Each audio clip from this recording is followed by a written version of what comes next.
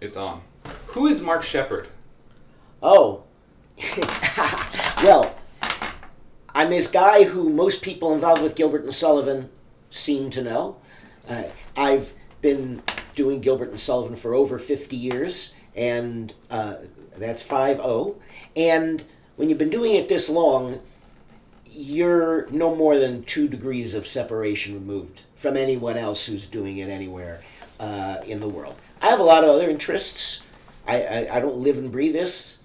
I have a family, I travel, I go to see opera, lots of fun stuff. But what I'm known for, if I'm known for anything, is this. You are known for this. I knew who you were before I met you for this exact reason. And there are a lot of ways in which you've been involved in helping to make Gilbert and Sullivan be easier for people to do, more fun, more accessible, and to have a cleaner understanding of what involves it. So why Gilbert and Sullivan? I get asked that a lot, and the best answer I have, our brains are like huge funnels. A bunch of things get poured in, but as the funnel narrows, not everything makes it through. I can't explain why someone would show up at NASCAR and watch cars just loop around the same track for hours on end. But many more people do that than Gilbert and Sullivan. It clearly has appeal, right? You know, I can't explain why you, I, or anyone, which things make it into the funnel that they do. But for me, I got involved at a very young age, I don't know, 13, 14 years old, and for me, this is what stuck. What was that first exposure to Gilbert and Sullivan? So I went to a music camp in Michigan. It's called the Interlochen Arts Camp. Maybe you've heard of it. A lot of people have gone there. Frankly, my parents didn't know what to do with me during the summer because I wasn't good at sports. I didn't do a lot of the stuff that other people did summer, so, well, let's send him there. I was never I had studied a little piano, but I was never a great pianist or a great musician, but they sent me there, and they had Gilbert and Sullivan, and that looks interesting. Why don't I give that a try? I can tell you my first show was Rediscovered. At that point, I'd never even, I wasn't even sure how to pronounce it. I didn't know what that was. But then, okay, I liked that, and then there was a next one and a one after that. And by the time I aged out of it, I had probably done 7 or 8 of the shows. And then I had the good fortune to go to the University of Michigan, which still has one of the longest active university Gilbert and Sullivan companies. And I was in that for my entire college tenure. And that's how I was off to the races. I never knew you went there. Were you around there at any time when they did the Duke recording? The Duke recording, I believe, was 1973, which I'm not that old. So I don't know. I guess I don't know how old people. Yeah, I don't remember. okay. In my brain, it's still 2000. So if I think of when did Marc Shepherd go to university, I'm like, well, that would be 30 years ago. And there we are. So that would be 1970. I don't know when it is. No. I believe the recording you're thinking of was made 73. in 73, and my dates there were 78 to 83. Okay, but you would have maybe heard that recording or known of something. I certainly knew people who were in it. By the time you were there, they had already also professionally recorded the opera, right, which also changed the game a bit. But finding that recording was a little bit to me like a lost treasure in and of itself because, and I would have known about it principally because of your Discography site. Okay. Would you tell folks about the Discography? Well, the Discography, so it's kind of funny the way it came about. My professional life, I worked in technology, and when the internet was new and when web pages were new, I thought, well, I should kind of know how to do this. And, the best way to do a website is something you know and you care about. And I already had a pretty good collection of GNS recordings. I said, well, why don't I just do a website about GNS recordings? No one's done that. So that started, and what I quickly realized is there were way, way more GNS recordings than I had even known existed. And at some point, it was like a full-time job. People were sending me new stuff faster than I could add it. And that's one of the reasons, by the way, that the Discography website hasn't been touched in many, many years. I finally realized I had to just declare it done so I could move on and do other things. But that was how it started, is I just felt like I ought to know how to do web pages. This is in the, when you were still hand coding HTML. And I said, well, what better way than to pick something that maybe I know a little about that no one else has done yet? And that was what prompted me to do it. That's excellent. I think that the fact that it's done is totally fine because there aren't going to be that many new Gilbert and Sullivan recordings. And I think that the site served a historical purpose. And so the recent recordings won't be history for a very long time. Right. Also, the thing for me that was so crucial about it, that's one of the websites, that and the archive, were the two websites that I gravitated towards when I had my first moments with Gilbert and Sullivan, when I had just turned 18, and I was working at the library and picked out the Broadway Pirates cast album off the shelf. Yeah. Every week I'd go, let me just get a CD. And I was interested in opera in a way that I'd always been interested in it since maybe I saw Amadeus as a 14-year-old. Right. Picking that up, going, this is great. Looking up everything, and by the time 4 weeks had gone by, I had listened to all of the operas, and I had seen your site and the archive. And your site was really useful because even if I couldn't access all of the recordings mentioned, I had a really clear understanding of the progression of these pieces from start to finish, when it was like, what are those early 78s that were released that could have been some D'Oyly Carte members or some other guest artists, and how those recordings progressed. You graded them, you gave star ratings to, and I can still remember the aesthetic pleasure of the 4 D'Oyly Carte Ida recordings going 4 stars, like 5 stars, 4 stars, 3 stars, 2 stars. They were exactly, every new Yes. Ida was 1 star less. Yes, I remember that. The earlier ones were, for me, so hard to even imagine listening to, but then it gave me the impetus to search them out. I think one thing that I've discovered that I relate a lot to, like a site like that, is my interest in hearing all those recordings. I think a lot of the fans I meet and performers who are, let's say, my age, give or take a decade, are a lot of people who tend to learn these shows by doing them. Sure. And they'll go, oh, I haven't done that one yet, so I haven't listened to it. Whereas I was sitting there going, I will never perform these. I will never be good enough. I'm tone deaf. I don't know what to do. But I would track down, I'd order the 78s on CD and get these recordings and find cassette tapes of things and whatever I could do to get a hold of that several decade history. Last night of the D'Oyly Carte live recording, anything, just so I could understand it all. And so that site was a mentor to me. So I always really, really appreciated it. You were then this mogul guru, king of discs, and meeting you finally in person, which I would have done probably within months of that. Yes, it was very quickly that I got to the city and then just got into everything. I remember quite well meeting you. You, I think, were still a teenager. And it was at the Gilbert and Sullivan Society. I can even picture that room. Mm-hmm. And I remember that quite well. At this moment, if the discography is done, what are your current Gilbert and Sullivan projects? Well, it's mainly two things, and I'm going to rewind a little bit. From a research perspective, not performing, but research, the thing that interested me going back to when I was still in high school was all the different versions of the show. I mean, all the operas have different versions, cut material, added material people never heard. And that, I got really interested in that when I was in high school. And that's, I published a book called the Variorum Gilbert and Sullivan, Volume 1, which has 4 operas in it. And Variorum, it's just a fancy word meaning comparison of all the different versions. And I intended to do 5 volumes of that. That's how long it was going to take me to get through the Grand Duke, and I was going to include a couple of others as well, non-Gilbert and Sullivan. And I'd been working on that for a long time, and then I got distracted, as I have tended to do.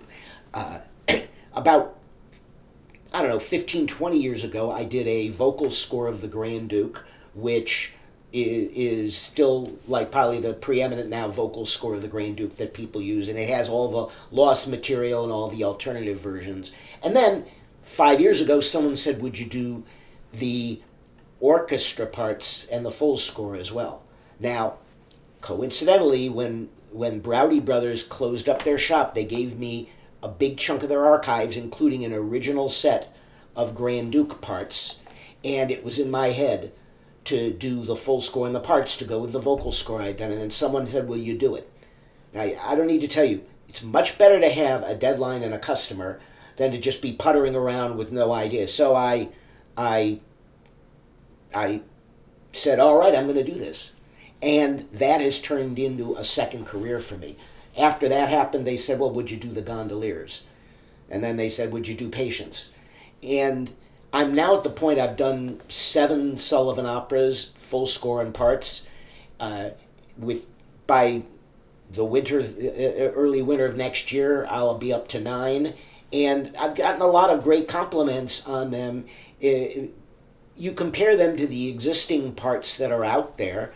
I remember when I did Pinafore with you with Utopia Opera. Everyone had different rehearsal letters, and some people had a repeat, and some people didn't have a repeat, and it's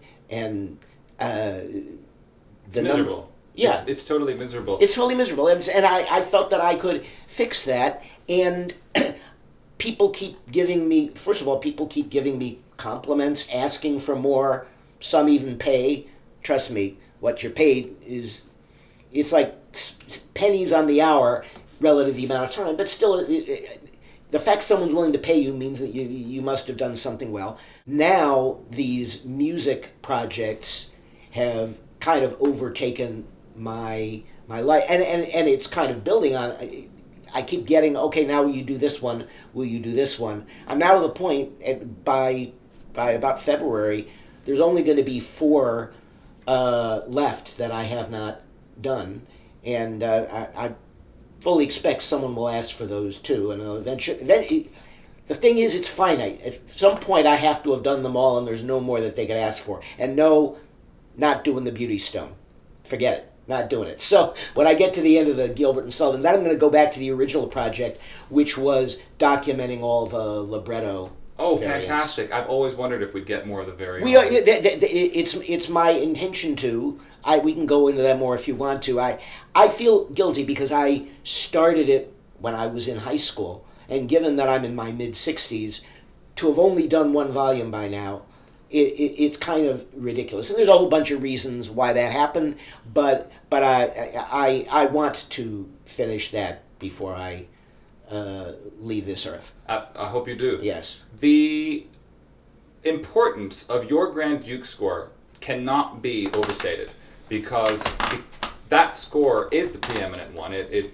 What you had before was not really that usable, and would have also contained all those inconsistencies. The fact that you've now supplemented it with a full score is amazing. When we did Grand Duke at Utopia in 2016, we didn't have that yet, the full score, but we got by. But still, there were those questions. Sure. And we've all been, even just on a text for the Variorum, just on a text standpoint, we've all been to a sing out where we're like, yo, why are they singing entirely in the dark, but they're singing at present in the dark? Sure. Why? And that is something we share, is that fascination for the alternates. Your discography, again, was crucial for me to know where to find them. Because the new D'Oyly Carte recordings around the late 80s and early 90s would go out of their way, not just to be a little more note perfect, if a little less like ebullient and zesty, they would be very note perfect in a lot of ways that I had never heard before. Like, what if that fermata doesn't exist? Let's not do it. But principally, they would include cut songs on a lot of those recordings, including Fold Your Flapping Wings. And I can remember in the summer after high school getting online the new D'Oyly Carte Opera Company, Iolanthe, and putting it in my CD drive of my car and driving around Long Island listening to Fold Your Flapping Wings for the first time and going, wow, what a tune this is. And I don't think there's a single cut thing where I get that feeling of like, oh, we should never do it. Because you and I have met loads of people who are like, they said we should never put that song back in. When you're now talking about these variations that have been considered not just alternate but discarded, at what point do you consider like, well, we could try putting them back in? And what is your opinion on productions that make these efforts to sort of undo the deletions that the composers themselves imposed? I think that it's a worthy it's a worthy thing to do, and often it really illuminates the show in a way that it wouldn't have otherwise. But I will say, I've also seen some where it really doesn't go well, and you're saying, they should have left that out. So if you have an attitude, I'm always going to put everything in, then you might possibly be creating a boring show. Not you, Will Remmers particularly, but in general, that can happen. There was a Savoynet pinafore that put back that duet for the captain and Josephine. Well, you did it in the Utopia production. Now you had Richard Holmes, and I thought it went really well. The time Savoynet did it, oh boy, that was like nails on a chalkboard. It just was not very good. But one of the problems in amateur theater is that when you've told a singer you're going to be doing this song, it's really tough to, like, at the 11th hour, do what Gilbert and Sullivan did so often and say, we're cutting your song. Okay? If that song's going to go through now that you've decided to rehearse it. That's right. I mean, when you're a professional, and this is not limited to Gilbert and Sullivan, most Verdi operas exist in more than one version. Most Puccini operas do. It's quite common that in development, songs get cut. And look, you may not like it if you're the performer, but you're being paid to do a job. I can speak on behalf of every one of these cut songs. Reflect My Child, which is the duet you just mentioned, is a curious one because it's one of the ones, and getting to this later is on my list. The fact that that's a lost song which doesn't survive in its entirety. Right. It survives in fragments, which have then been kind of assembled by various people, reset, new orchestrations, and performing it with piano as I did on tour in the UK as the captain. Yeah. We got laughs every night, several times during the song, because we were able to play it a little more conversationally. Okay. I think with an orchestra, it's a lot harder. So there's some numbers where you go, oh, actually, that text, we did get laughs in New York because we had super titles. Yeah. Which helps a lot because some of these texts can... It's this weird self-fulfilling thing where I'll read cut material or material that, like, maybe the music doesn't even survive, but you'll go, I can't believe they thought anybody would understand this. We set Youth is a Boon from Utopia. I wrote a new setting for that because that music is completely lost to this point.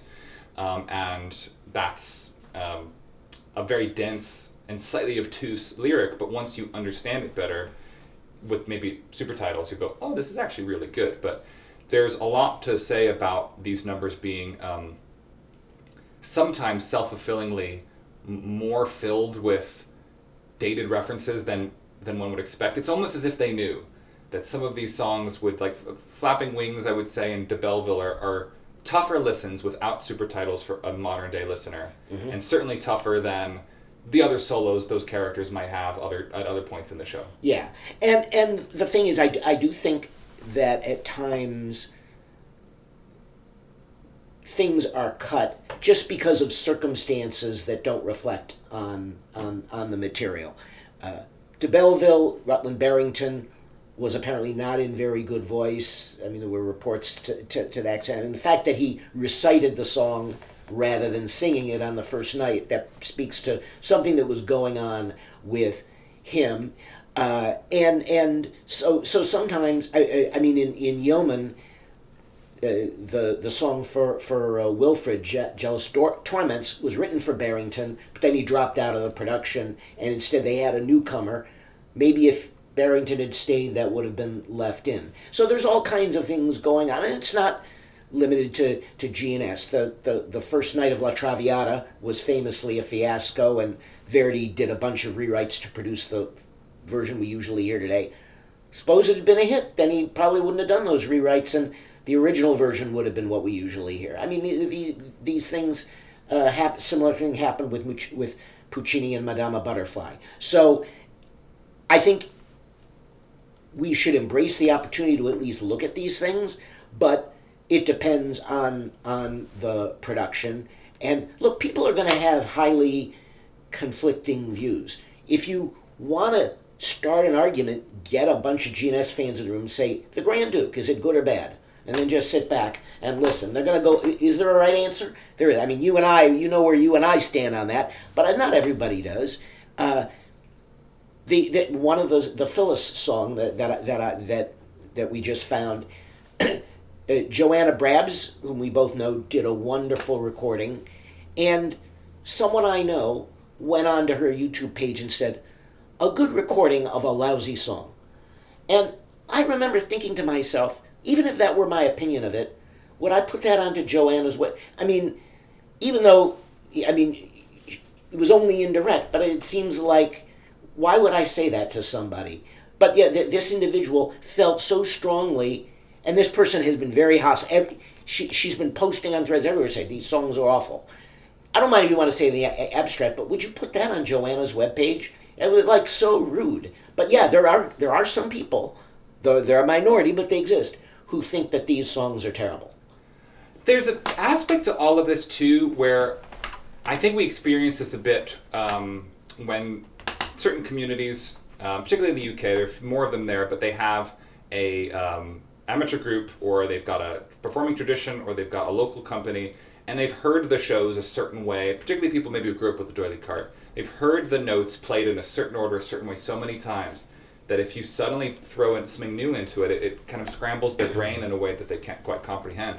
I think a lot about Ruddigore, the first revival, Geoffrey Toy changing so much, removing things, the new overture, and then anytime anybody later tried to go back to the original version, they might, like the new Sadler's Wells recording in the 80s represented with their kind of restating it with the Y in the title, Take.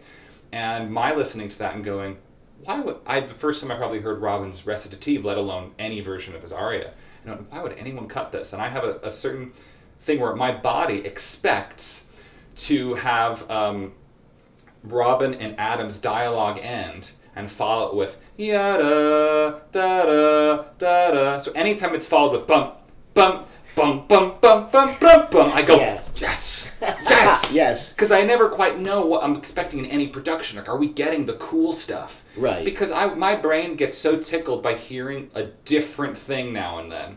And listen, I think that there's a possibility that some of these numbers might be seen as experiments. I mean, I've done my own experiments. I wrote an Arimanes scene as well that used some original music and some Sullivan and this and that.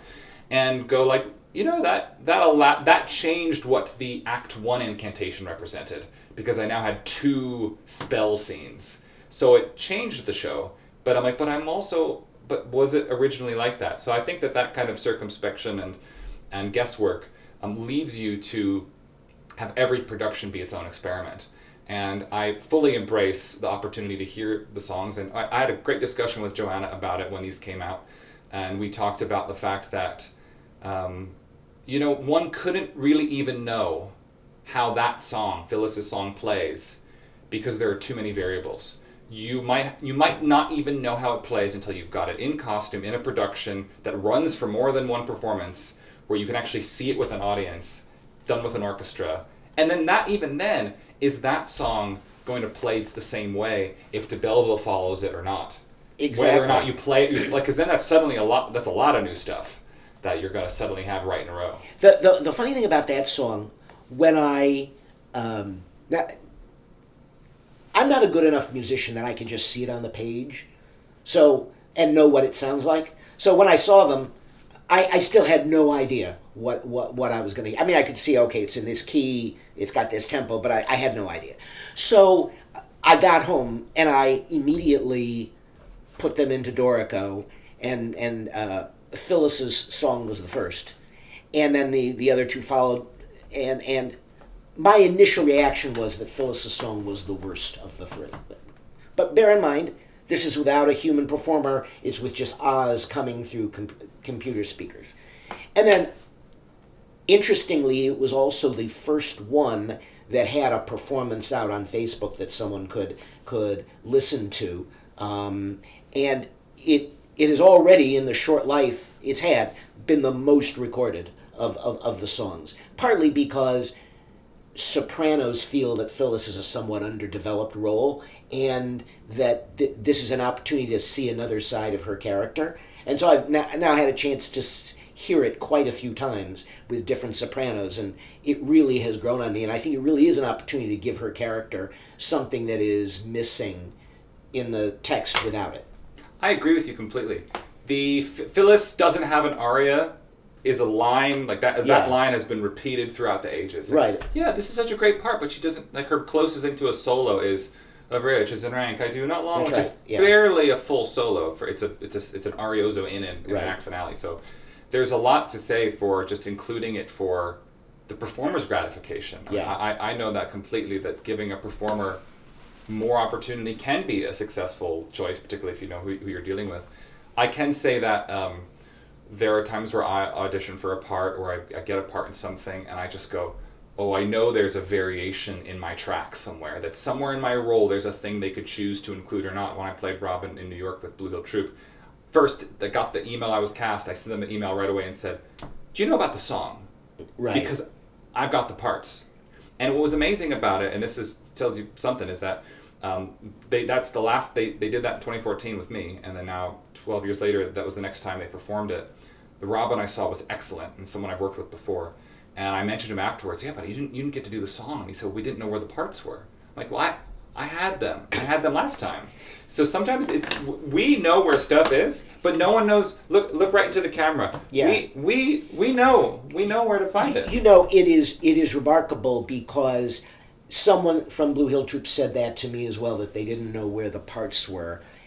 I hand wrote them in 2014 just so we could do it. You know, I'm not a member of Blue Hill Troupe, but there are many, many people in Blue Hill Troupe who know me.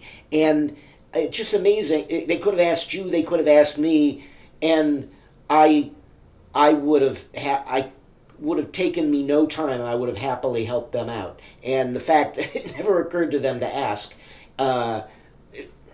it's just kind of funny that happened. There's an aspect to it where perhaps we start to realize that as fans and aficionados, we operate on a level where we're thinking about these things 10 years ahead of the production that's got 89 different balls to be tossing around. There are too many things in one production for them to even think about a little song sometimes.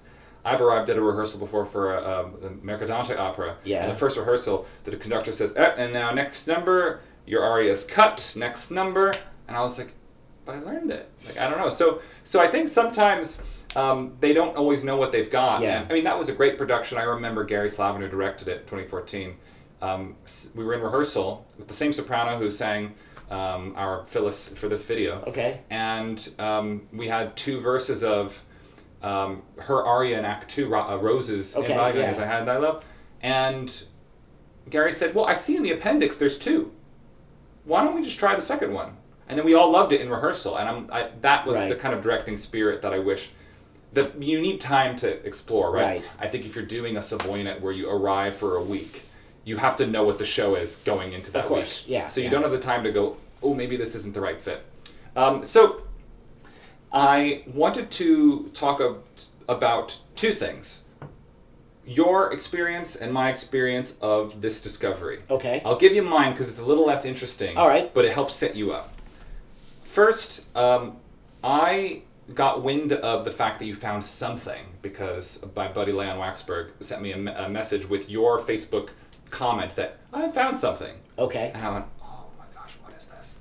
And then all of a sudden, it was a few Wednesdays ago, I woke up to a Substack post, because I follow your Substack religiously. Uh-huh. Anybody who doesn't should. It's bountiful with information. And when we were working on Mikado, you were working, well, we used your parts. Yes, you did, yeah. And so as you were editing Mikado, I was able to see number by number all these little details I hadn't considered and things I didn't know about each song.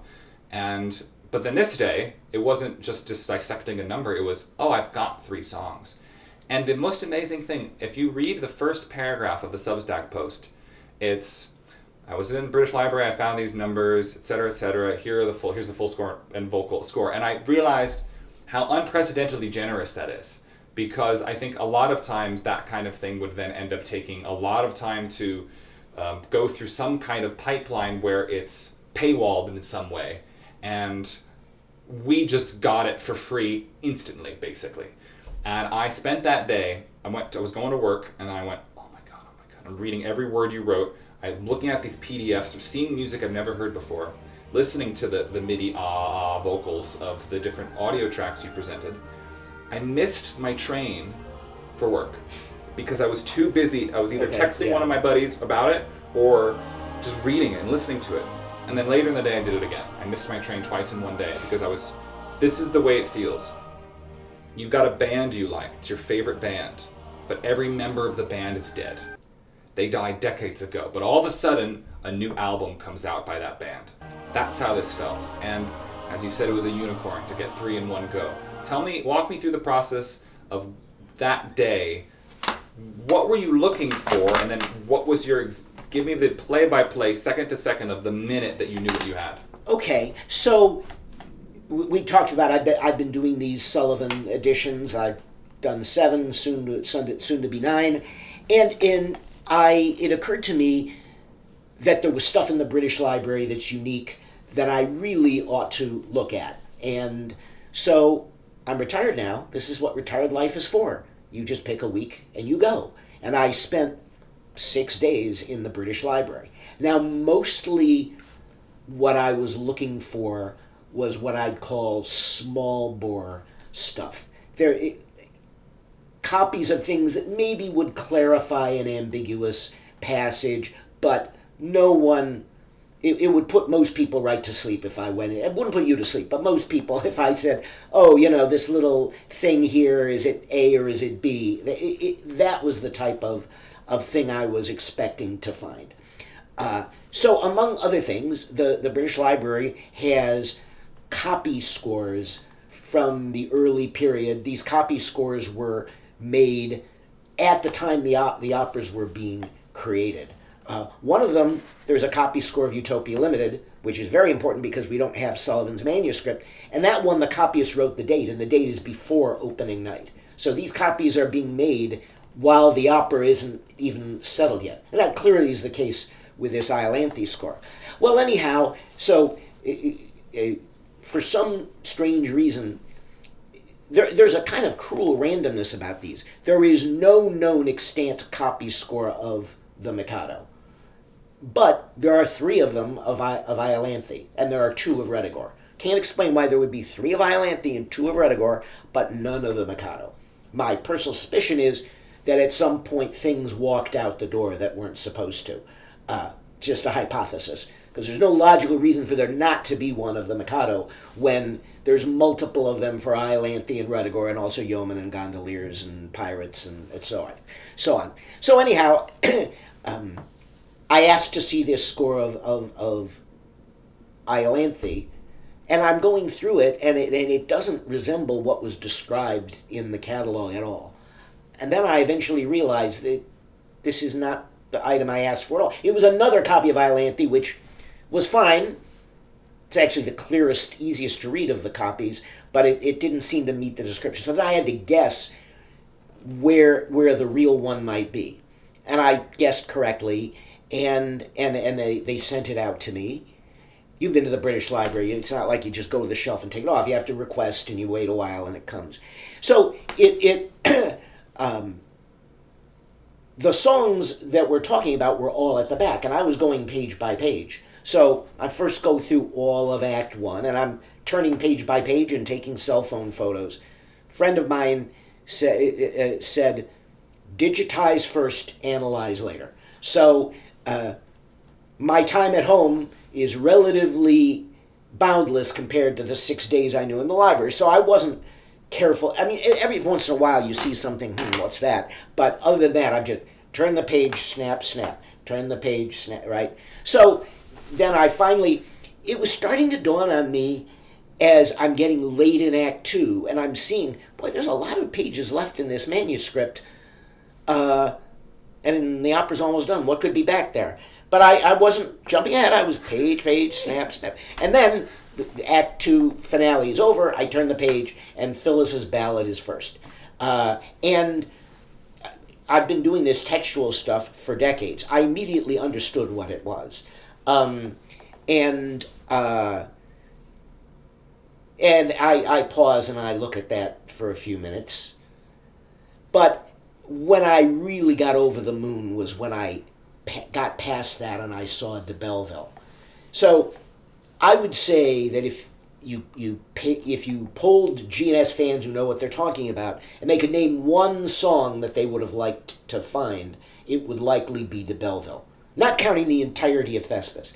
Because De Belleville is probably the most famous of the cut songs that until 5 weeks ago nobody had found, because it was performed, and also Gilbert separately published the lyrics, so it was very well known.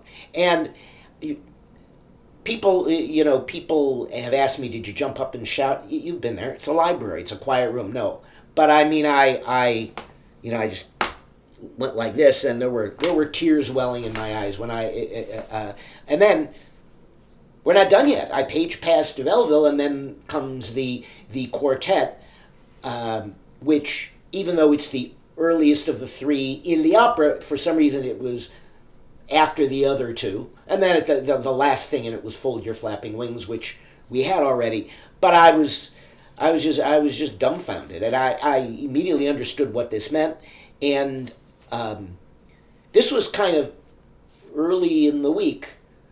I looked at many other of these copy scores during the course of that week. None of them had anything like this. And I've now seen, I think, every extant score of that type. It's the only one who has multiple numbers in it, or even any numbers in it, that were not saved somewhere else. So, I immediately realized what I was going to do, which was that I couldn't wait to get home so I could put them into Dorico. Now, you mentioned that I made it available. It was like literally a week later. When Bruce Miller and Helga Perry found Reflect My Child almost 30 years ago, they sat on it for 6 months. I was a friend of theirs, so I knew they had it. And in those days, Bruce Miller was he was faxing me his reconstruction, and I would sit down and play it very badly on the piano and give him my opinion.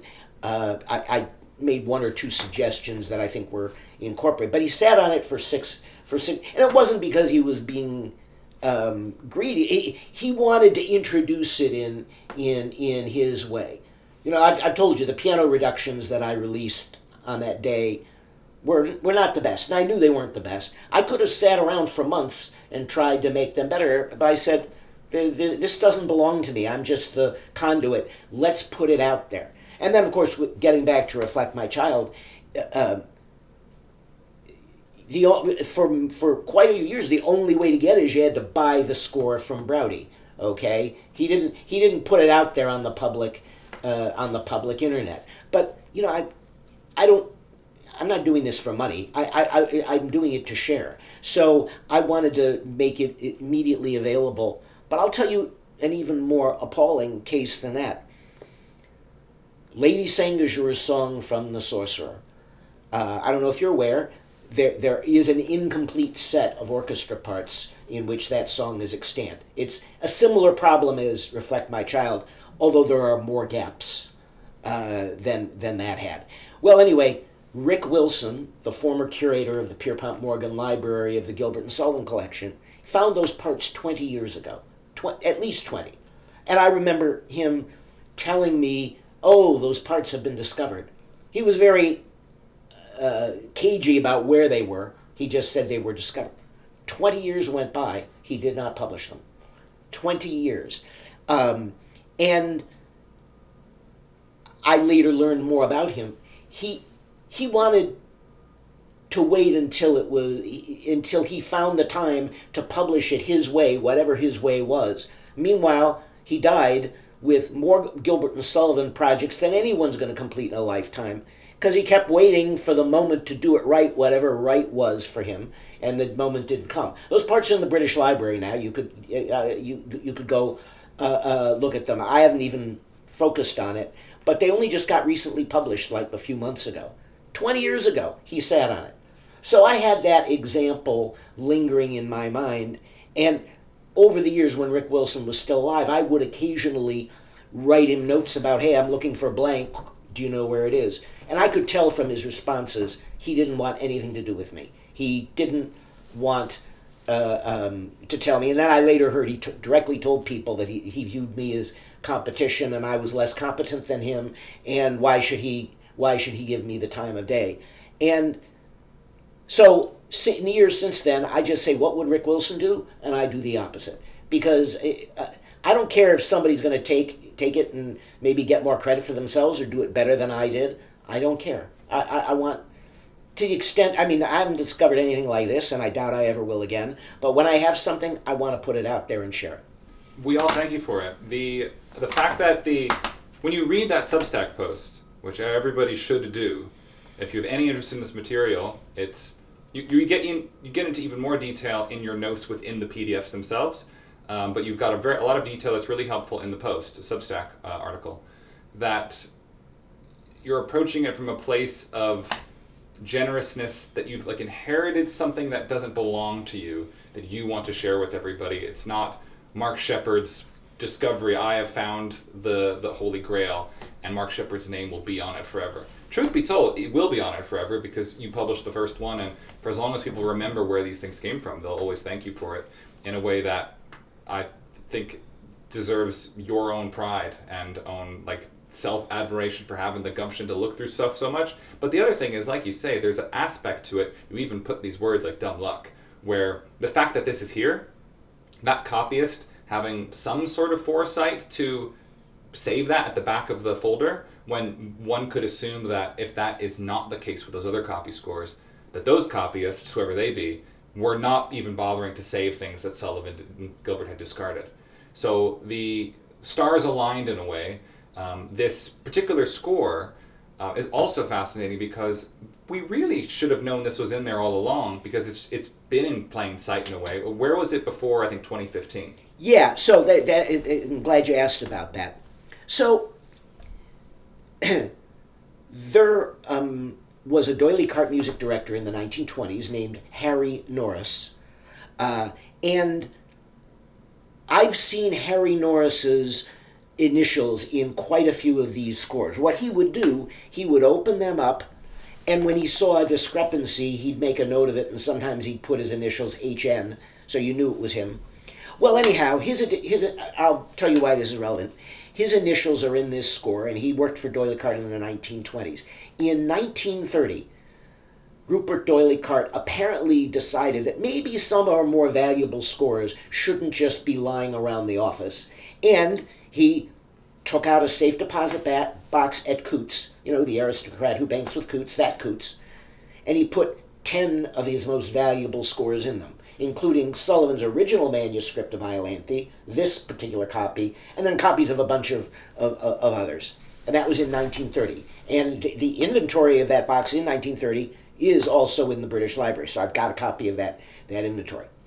Between 1930 and 2015, I'm pretty sure this score did not move. And for years, I had heard the legend of this safe deposit box at Coots. I didn't know what was in it. I knew Sullivan's original manuscript of Iolanthe was in it. I didn't know anything else that was in it. And I knew, because people had told me, it was not easy to get permission to see what was in that box. Very few people had ever been allowed to see that box. And there were a few, for one thing, it's just a hassle. You have to go down to the bank and get it out.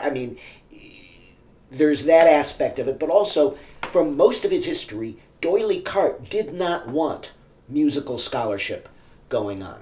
They didn't want musical scholarship for two reasons. One is because they had a virtual monopoly on orchestra parts. And fact is, if I could have gotten a copy of Sullivan's manuscript, I could do my own, and then that would steal their business. And they also didn't want other versions that might show that there's more than one way of doing it besides their own. So for many years they were hostile to scholarship, and I heard plenty of stories of people who tried to get their help and were given the brush off. So given that it was very hard to ever get into that box, and the original Sullivan's autograph was in there, the very few people who did get access, well, why would you want to look at the copy when the original is there? You'd think, well, what could this copy tell me that is better than looking at Sullivan's own manuscript? So I'm convinced that between Harry Norris in the 1920s and 2015, no one looked at this score. In 2015, D'Oyly Carte decided to sell their remaining archives to the British Library. I believe there were 1,600 boxes of material Okay? Wasn't all musical. I mean, it was boring things like payroll records and a lot of things not relevant here. Well, anyhow, the British Library hired a librarian to catalog this stuff. The librarian was a library science student, not a Gilbert and Sullivan student. This item did get cataloged, so they clearly looked at it, but they wouldn't have been someone who would have recognized what these songs were. So the catalog entry didn't say contains 3 songs not in the original. If it had said that, I mean, because the British Library has millions of items. You depend on the catalog to tell you what you want to see. If it had said has 3 songs not found anywhere else, I'm positive someone before me would have gone to look. But because it didn't say that, people, it was the same attitude. They've got Sullivan's original manuscript. Why would you even care about the copy? I was apparently the first person who said, well, why don't I look at the copy? But again, as I explained before, I had no reason to think that there was substantial material in there. I was looking for resolution of minor ambiguities that would put most people to sleep. But I'm reasonably sure that between Harry Norris in the 1920s and me 5 weeks ago, no one else looked at this who knew what it was. And that was the story in the nutshell. Fact that it was locked up for all these years, that it was not accurately cataloged, it was misfiled, and no one besides me looked at it and understood what it was. The doily cart's protectiveness over everything, I think, is still part and parcel of this feeling of we have to get used. There's a way we're used to hearing it done, and if we hear something different, if the same way a person might react negatively to hearing the new material, it's sort of the same kind of symptom of, well, this is what it is. The show is the show that we perform every year. And why would we want to look at what those other things could be? Like you said, we wouldn't want variations kind of getting out there.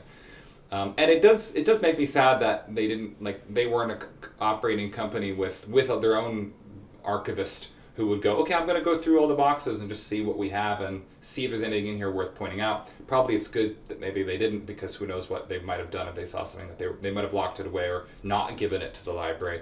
But my expectation is by 2015, that level of protectiveness was no longer there, hence why they sold it anyway, because the company in 2015 is not the company in the 1930s. Oh no, I mean, even you mentioned the new doily cart recordings, which included many of the cut songs for the first time. I'm absolutely sure, I mean, they did include Fold Your Flapping Wings, as you mentioned, in the new doily cart recording that was made in 1990, 1992 or so.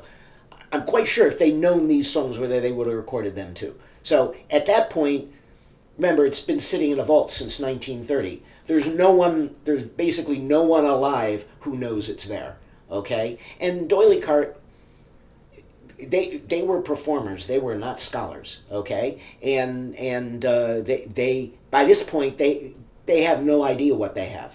And so that's why it escaped people's attention for so long. That makes a lot of sense. Let's talk a little bit about Lost Songs in general before we go into the songs individually. Okay. The Lost Song term, you put it in quotes in your title page. Yeah. To sort of say, well, some things are songs that maybe didn't make it to production, maybe they were cut during the original production, maybe they're a version that we might not even consider finished by the standards of the artist's usual working pattern. Some of them might be songs that I don't know the total history of, that maybe have always existed in some copy somewhere, but maybe access wasn't there. We could probably get into all of them in loads of detail, but tell us about Flapping Wings. When did people know that Flapping Wings existed, and then when did they know that, when was it an available, or when did people think, oh, we could perform this? So, Fold Your Flapping Wings was published in the United States. Iolanthe had simultaneous same-day premieres in London and New York, the only one of their shows that had that. And what they did, they engraved the vocal score in London and shipped the plates over to the United States, so that both would be printed from the same place, plates. And Fold Your Flapping Wings was part of what got sent over. So the first American edition of Iolanthe has Fold Your Flapping Wings in it. So, I mean, that was 1882. It's been known since 1882 that Sullivan set the score and that at least the vocal score existed. I'm not sure when the orchestration first became available. It was Fold Your Flapping Wings is the one song that was cut that Sullivan saved in his manuscript. And I mentioned getting access to that manuscript has always been very difficult. But I definitely, saw performances including Fold Your Flapping Wings decades ago. But remember, D'Oyly Carte Opera Company at the original closed in 1982.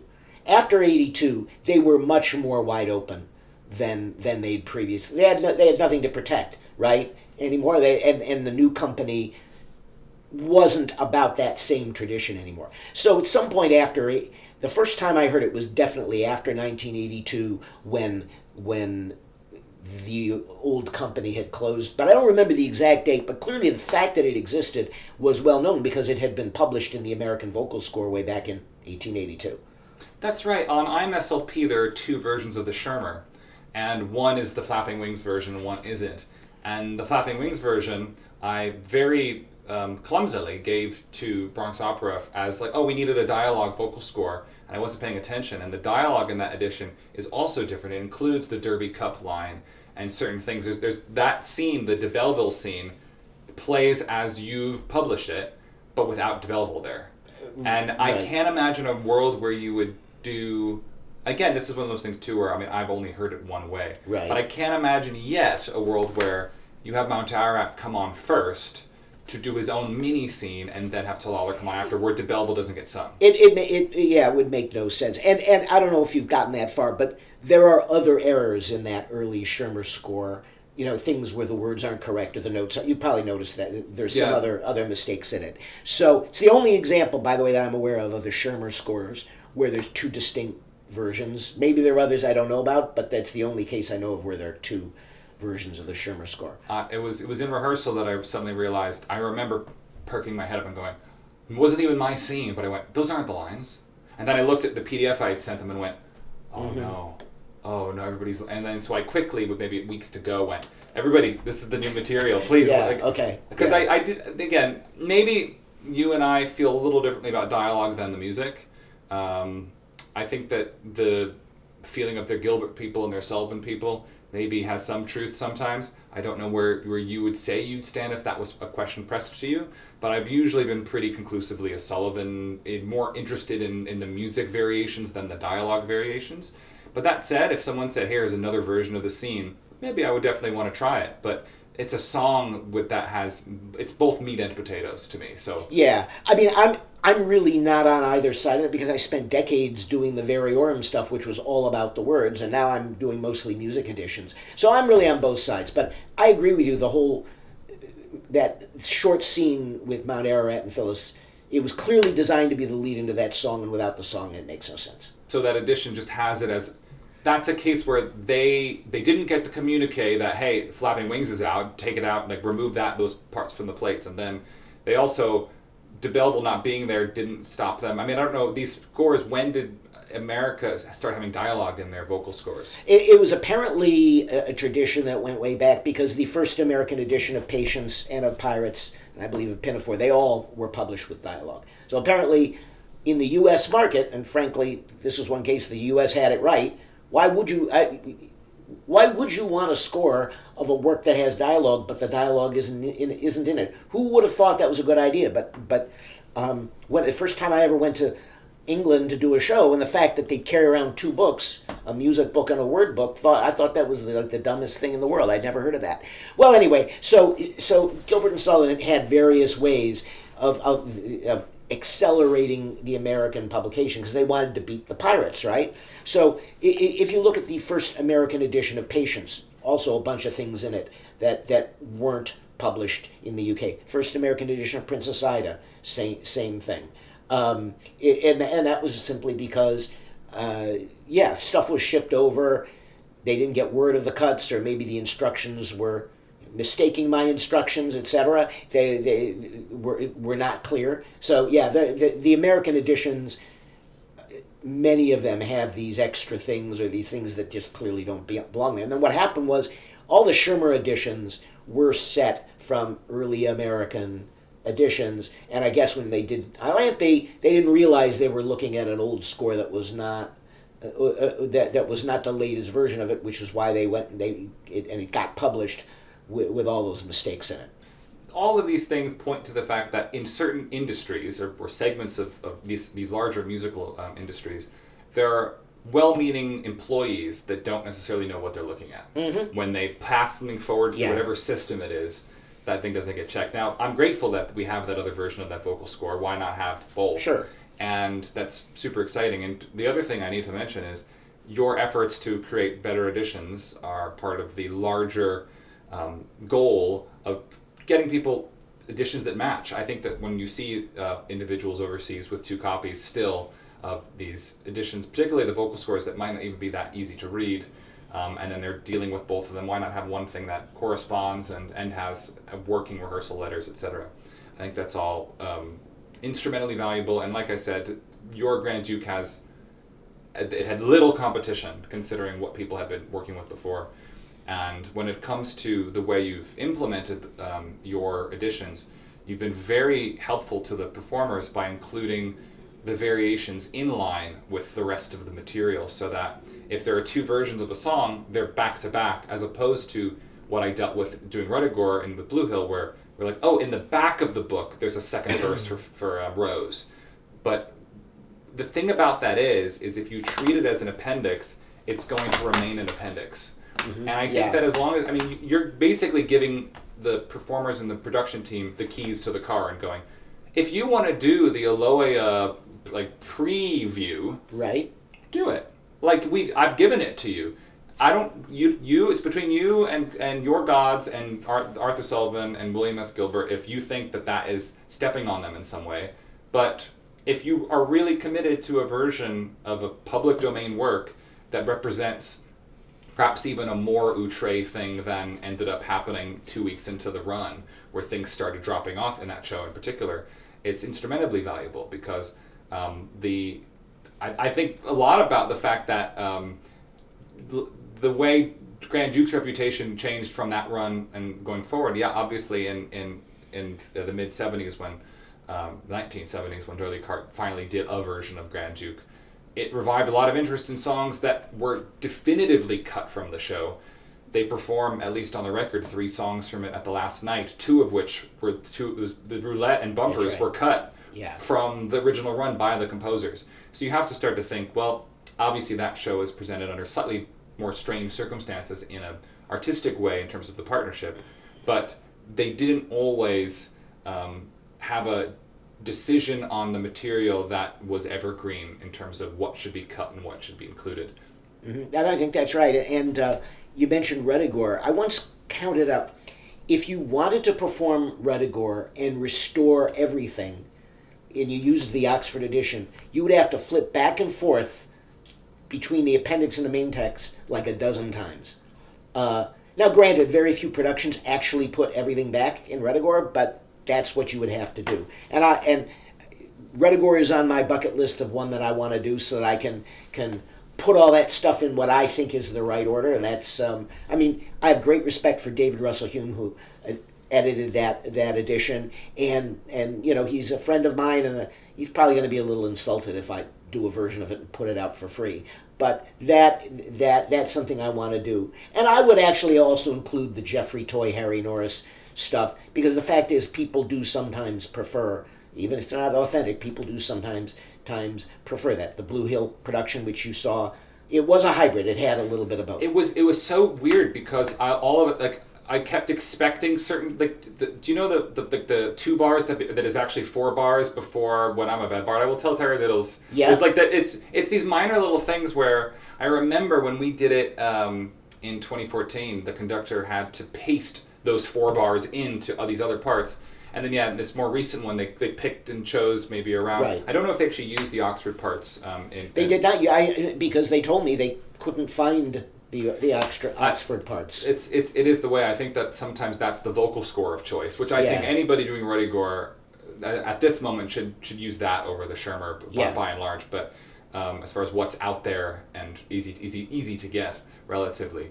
But that particular score also for me was a revelation, and David Russell Hume gets a lot of credit for me for showing me these songs for the first time and allowing me to know what they were, because I had never even seen them on paper. But I think that this is all unprecedented from everybody doing this, and you're more than anything learning from the experience of others as you actually apply in performance what are sort of critical editions, but not academic critical $100 editions. Right. Yeah. They're more like, well, they're still performing editions, but they're coming from Oxford University Press, so they've got a little bit of a different cachet there. And when you look at it, you go, yeah, but as a performing edition, there's ways to improve this that actually will also help on an orchestral level. And then also those parts being so paywalled doesn't help people actually use that edition effectively. So then that becomes the key. The funny thing was, after after I heard from someone in Blue Hill Troop that they couldn't find the Oxford parts, I wrote to David Russell Hume and said, oh, by the way, somebody would have used your edition, but they couldn't find the parts. And he told me who is renting them now, and it's like another outfit, like not Oxford anymore. You would never guess who it was. You would never guess where they were. I understand that completely. This is the case too. I was able to buy 12, 13 years ago the entire full score and parts from Calmus of Don Quixote by Massenet. Okay. I own them now, so I feel very happy. Anytime I want, I could just do that show. But that site's gone. There's no way to find whatever Calmus had. Obviously, a lot of the Calmus Gilbert and Sullivan wasn't necessarily helpful. Right. But at least it was there. But it does seem to be trickier and trickier to track certain things down. And Flapping Wings is an interesting example. When I conducted that in the GNS Festival in 2018, the parts we had were, I can't remember where they were from, I don't remember who sent them to me, but they were in like a jazz font. They were the engraving font of choice for that person was more of something I would see on a jazz lead sheet. Right, okay. So it was, and the players had to go from the Richard Balcom reductions all of a sudden to a different font for this. Right. So obviously I felt a little bad for them and having to make them do that, but it's going to be, not only is what you've supplied going to be helpful, but when the time comes for you to implement them in a larger edition, which I'm sure is the goal, to have a version that these are perhaps even in line. No, absolutely. I'm actually working on, I just started Iolanthe, so by next winter I expect to have it. So let's talk about the songs. Okay. That's actually the most exciting thing everybody wants to know about. If we want to talk about them, let's say not in the order that you found them, but I can certainly imagine that feeling. Right. I wanted to ask you, when that moment happened though, did you digitize or did you analyze for a second those pages before you took any pictures? Did you? A little bit. I mean, Did that change the kind of operating mode of what you were doing? It absolutely did. I mean, you see something like that, how can you not stop and take stock of where you are? But I also wanted to make sure that the photos I got. Sometimes when you're shooting photos very fast, one will be blurry or you even miss a page by accident. So I wanted to be very sure I did not miss anything.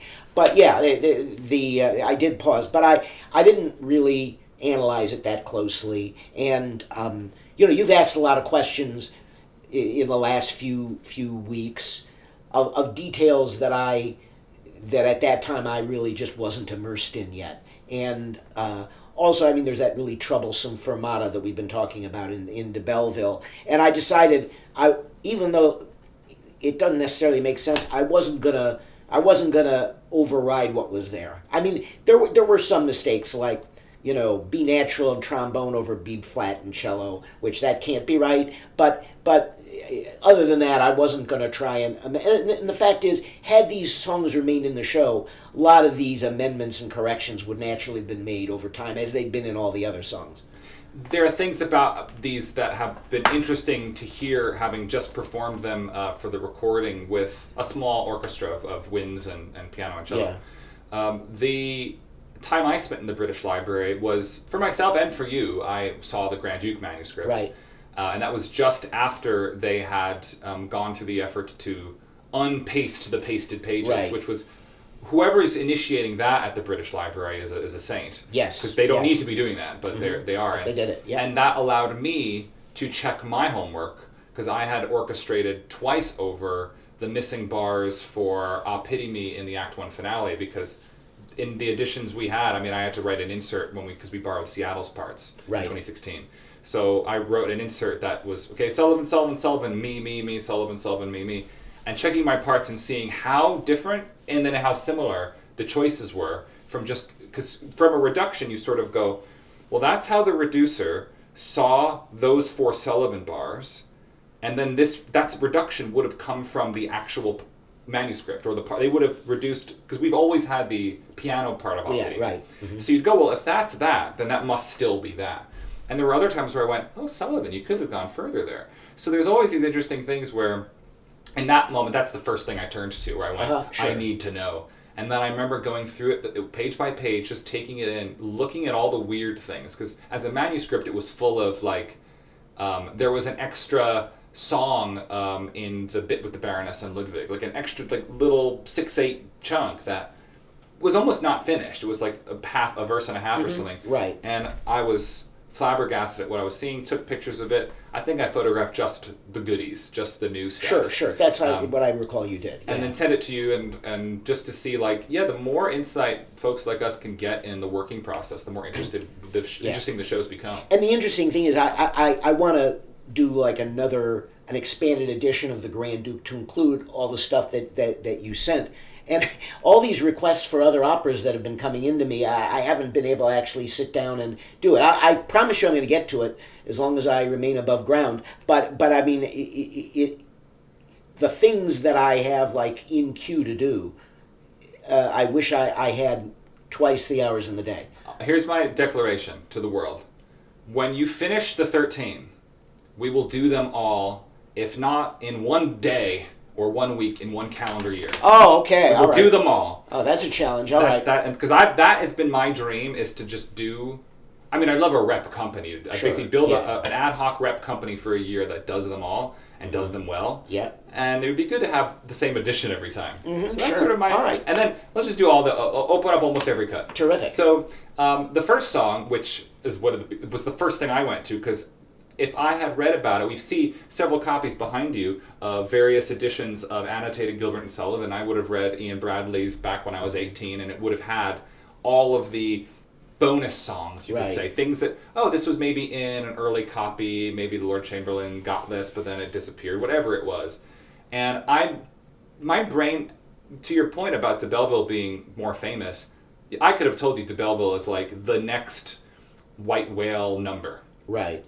Of all of the cut songs. I sent you a voice note when I was in my ecstasy after hearing about the news of going, like, what's the last time I heard new material? And for me, it was only new to me, but it was the Partlet and Constance recitative. Okay, which was recorded, I think, on the radio or something. It was on YouTube. Yeah. And I went, I've never heard this. Excellent.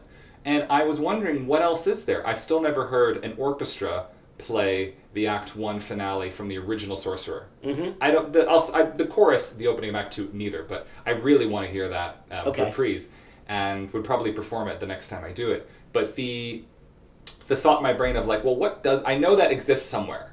I think that, is that still in the manuscript? Because I think the manuscript... You're talking about the original ending of Act... The Drink and Be Gay reprise? No, it isn't in the manuscript, but that same set of parts that has the remnants of Lady Sanger's song has the full ending of Act 1 and beginning of Act 2 as they were originally. Yes, and they've been hard to come by, I think, but you're saying that more recently these are easier to... I photographed them when I was in the British Library in April, and there's this new edition of The Sorcerer that's just been published by Robin Gordon Powell. Oh, excellent! Right, and he has it in there as well. Excellent. So, in terms of some of these cut pieces, de Belville would be on my mind as, accepting Thespis, the thing that, what would be the thing most would want to find, to come by? Right. And I couldn't have told you there was a quartet, or at any point. Tell me about this quartet. When do we know that it was being developed? Do we know when it was removed from circulation within the show's context? Yeah, it was cut at a pretty late stage. I mean, I've always known that it was there, but it was placed in rehearsal. Gilbert's prompt book, remind me, I'll send it to you if I haven't, goes into excruciating detail of how he was planning to stage the number. And so it got to a fairly late stage of rehearsal before being cut. Now, just let's talk a little bit about what's in it. I mean, basically, it's a catalog of luxuries. The peers are saying, if you marry one of us, here's all the luxuries that you will have. You'll have the finest clothes. You'll drive in a carriage. You'll have your own servants. You'll wear a crown. All of that stuff. And at the end of it, Phyllis says, "Nay, tempt me not to wealth, I'll not be bound." So it's a perfect retort. She's saying, yeah, thanks for telling me how wealthy you are. I'm not interested. Okay? Now, the quartet is difficult. I feel that by Sullivan's standards, I mean, it's not Benjamin Britten or Hindemith or something like that, but for Gilbert and Sullivan, it is pretty difficult, I believe. I'd agree. And even Matt Wages, who sang with you the other day, he came up to me at an event last week and said, you know, that quartet, that's pretty hard. and I mean, he's a very seasoned, solid professional singer. So the difficulty of it may have played into it, or Gilbert may have just felt that Phyllis already had enough reasons to say no to the peers. Although Natan Zemansky just texted me yesterday or the day before, and he had a great point that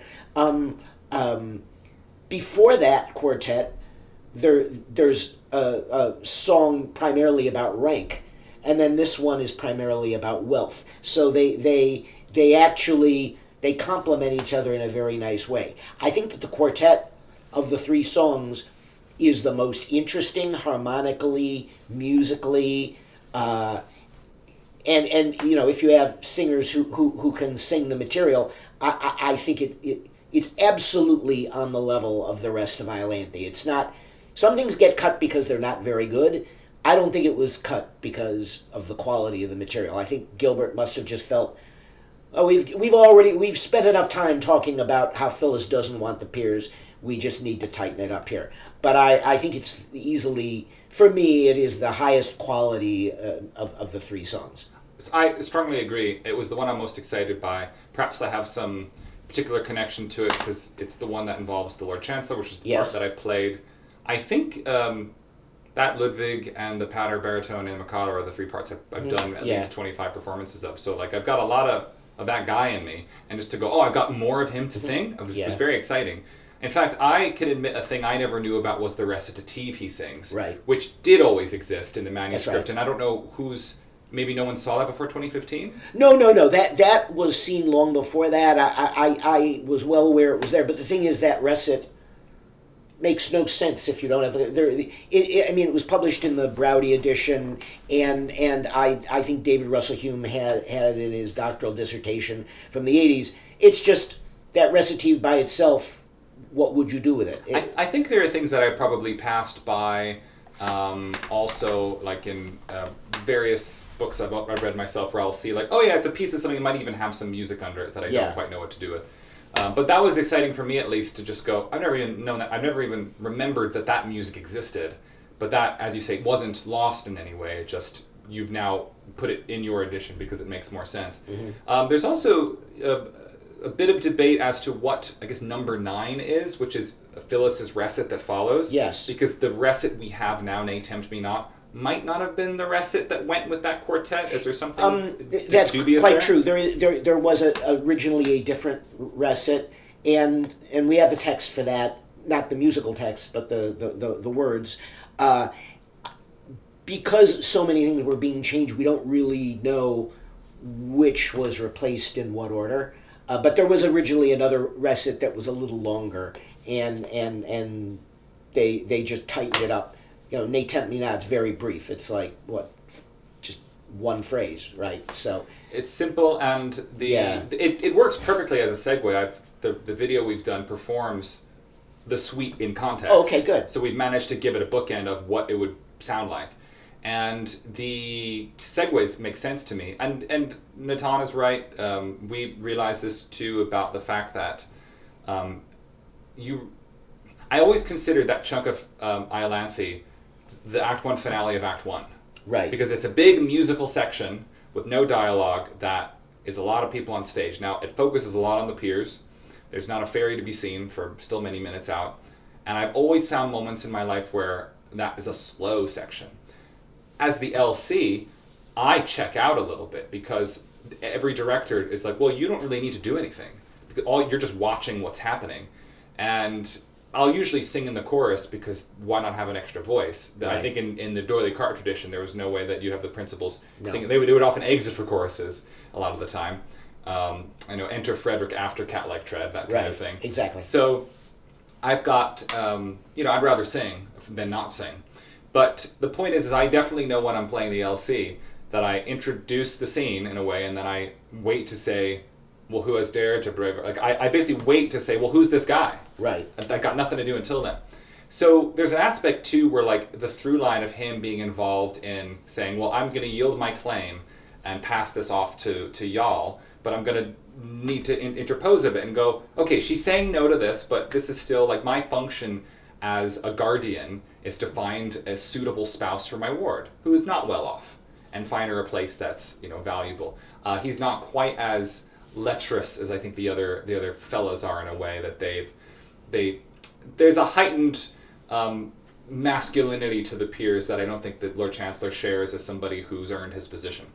So that sequence does serve, just as Natan was mentioning, to say you've got this is the topic here, and all she's saying is I'd rather stick to my pipes and my tabors, and then the Lord Chancellor's recitative makes perfect sense. No, but you listen to the other thing, and it actually feels exactly like. Particularly like a bel canto aria cabaletta with a recit in the middle. Yes, you said that to me the other day, yeah. Where you've got like this slow, beautiful thing that ends with fum, fum, and then ba-ba, and then it even has the chord, and then you've got the third inversion chord, and it's going its merry way on 8 bars, and then we get to like a nice cabaletta. You're going to have this fiery second piece of it.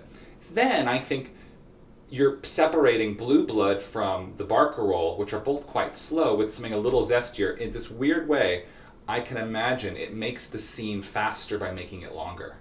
It kind of gives it a different dynamic thrust by including it.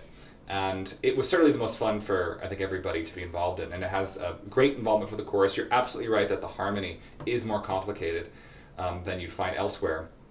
And the orchestration is a little dizzy at times, but it flies by, and it's, I think, something that would get a resounding round of applause in a section where the Barcarolle's ending tends to either require the conductor to politely wait for people to politely applaud, which we don't want, right? Which then they'll start to politely applaud over the da da da da da da of Phyllis. Yes. So they say, oh, we've timed that badly, or that transition's a little kind of soft anyway. Or they try to applaud after Blue Blood when the orchestra doesn't have a break. Right. So you kind of earn an applause break in this. And I've often considered like the applause gauge of the audience is almost like a hunger thing of like, well, eventually we want to applaud. We let it out. But if you have them applaud too much, it's too bad. If you have them applaud too little, it's too bad. So this number gives us a little bit of a... I think that's an excellent summation. And I look forward to seeing it in a full production to get that feel that you're talking about. But more than even the other two, this is the one where I don't think it was cut because of quality. I think I feel strongly about that. Excellent. Phyllis. Okay. Phyllis comes next. So there's a scene where Phyllis comes in and says, "I'm miserable." I mean, she's has 3 or 4 sentences, but the summary is "I'm miserable." Now, in many operas and musicals, that would be a cue for a song. I mean, actually in Gilbert and Sullivan, many examples where a character comes on and takes the stage by themselves to sing about their state of mind. Usually it's a sad song. Really, and that's common in opera. The librettist has set up a crisis where all the characters have problems, and then it's resolved somehow. and so it is actually a gap, I think, in Phyllis's character, and many people have commented to me about that in the last 5 weeks. They tended to be women and tended to be sopranos who feel, well, she never really gets a moment to herself to sing about what she's feeling about that situation, and this really fills in a gap in Phyllis's character. Like the quartet, it was cut during rehearsals. In my view, Gilbert's lyric isn't one of his best. You read the, my eyes are very red, I wonder why. No Pulitzer Prize for poetry being given out for a line like that. If you just read the words on the page, it seems very pedestrian. But the way Sullivan said it really is a case where he has elevated his partner's contribution. And as I think I said earlier, when I heard the songs just on my computer, Phyllis's solo was the one I liked the least. But then I heard it with a human performer, and I liked it a lot. And it's actually the one that has probably been done the most by the most different people in just the since late April when I found these songs. And I think of the three, it makes the most dramaturgical sense. It fills a hole in the piece where it is logical that Phyllis would have a song, and it's also the shortest of the three. Okay, so it makes sense in that regard as well. I don't think Sullivan's setting is his most brilliant work, but I do believe it elevates the lyric, and it has some real pathos to it. And someone pointed out, I don't know if you noticed that, she sings da da da da da da da da da da, and then the woodwinds go ba-dum, and it's the same interval as what was that, in the Act 1 finale. So he's finding a connection there that perhaps isn't obvious immediately that he's trying to, you know what I'm talking about? 100%, the rise the fourth going up. Exactly. Yeah.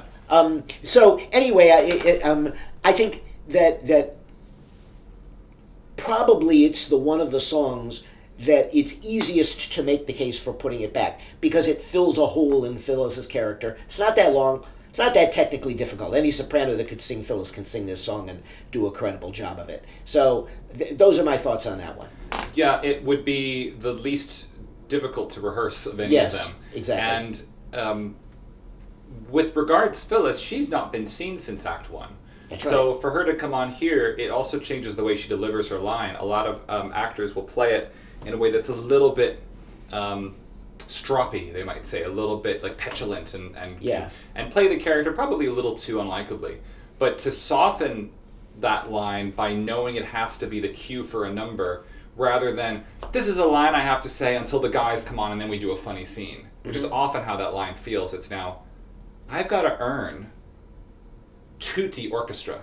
And let's talk about that orchestration for a minute. It's the one number of these that has the lower, we'd call it, is it cornets in this score? Cornets and trombones. Cornets and trombones. Yes. So we've got the cornets and trombones. In my brain, the horns very frequently are wind instruments in these Sullivan scores. They are. When you rehearse them, you go, hey, cornets or trumpets in some cases and trombones, come at 5 o'clock because we're going to need everybody else at 3.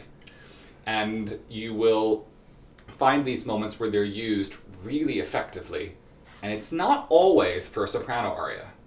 A good example where it's crucial is I Built Upon a Rock, where you've got full orchestra, very lush, almost you can almost hear a harp in the intro that's not there, and then the brass now as a sextet, the horns are now invited, play ba ba ba, and they serve a more crucial role. In this case, that intro has that Built Upon a Rock lushness. The cello plays the melody up high with the high violins and the high flutes. Those moments when you've got unison strings where the bass says, don't worry cello, I'll take care of the low note, particularly if you've got help from the trombone or something, is really, really remarkable.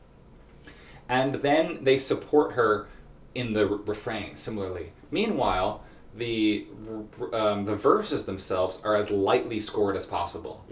It's strings, and like you said, the little flute echo, there's that bar of silence. Ba da da da da, bum ba. 1, 2. ba ba ba, which is quite potent. And what your MIDI would never give you is the way in which that verse, I conducted it with the singer and the orchestra the other day, there's a lot of flexibility with how you treat that in stretching it and accommodating a singer, and also treating it more like the best equivalent would be something maybe Ida or Elsie and Yeoman might sing, which is something that, hang on a second, I think my crown for my implant on my tooth just came out. Oh, that's not good. That shouldn't happen. The post. Okay. Well.